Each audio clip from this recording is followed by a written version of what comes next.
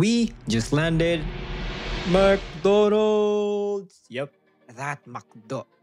Ito Golden Orches, yung may-ari ng inaabangan na latte twister fries. Yes, that one. When I got their email, promise. I was in the middle of a meeting, internal pa to hininto ko talaga just to announce it to the team.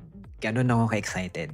Kasi para sa amin sa Spotlight, that's like unlocking a boss level you've been grinding for years. Kami yung tipong paulit-ulit ka na sa mission tapos finally, may cutscene na. Yun yun.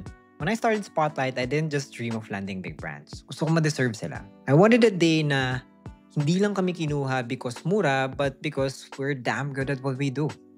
And I kept telling the team, darating din yung break natin. And pag dumating, edi, hello. Duh. But seriously, gusto kong umabot or dumating kami sa moment wherein kapag nakakuha kami ng project, alam namin kung paano siya i-handle. And hindi lang kami sabak ng sabak. This was our first time pitching McDo. The hardest part? The waiting game. We've had our fair share of wins and losses. And believe me, at this point, sanay na ako. We got rejected, ghosted, sometimes not even shortlisted. And it's okay. It is what it is. Yes, every rejection hurt.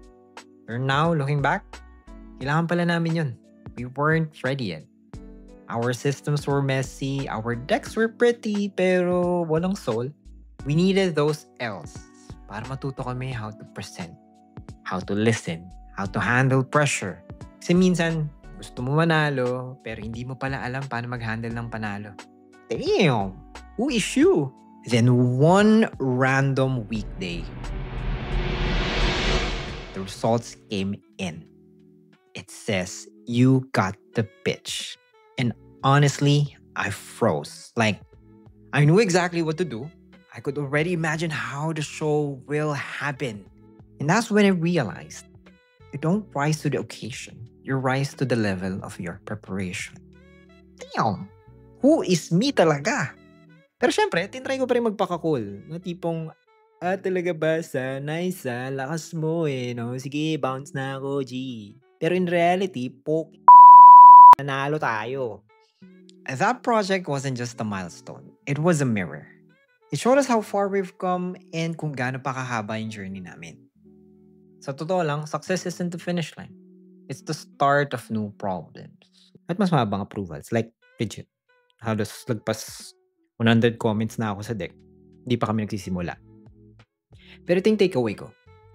Minsan yung mga panalong hinihintay mo, hindi para ma-feel mo na the best ka. Kundi para ipaalala sa'yo na, uy, ang dami mo pang kailangan matutunan. And that's okay.